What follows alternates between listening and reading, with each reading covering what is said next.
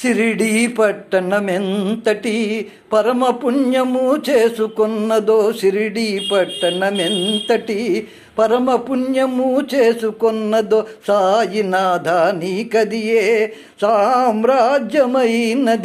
భగత్మలాస్పతి ఎంతటి భాగ్యము చేసుకొనెనో, భగత్మలాస్పతి ఎంతటి భాగ్యము చేసుకొనెనో.